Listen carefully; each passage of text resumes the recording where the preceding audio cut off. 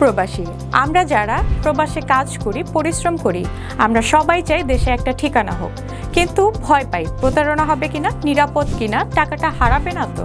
আজ আমি এমন একটা প্রজেক্ট সম্পর্কে বলবো যেটা এই ভয়টা দূর করে দিয়েছে। তার নাম প্রবাসীর সিটি লিমিটেড। প্রবাসীর সিটি বাংলাদেশের প্রথম স্মার্ট শেয়ার ভিত্তিক রিয়েল এস্টেট প্রজেক্ট।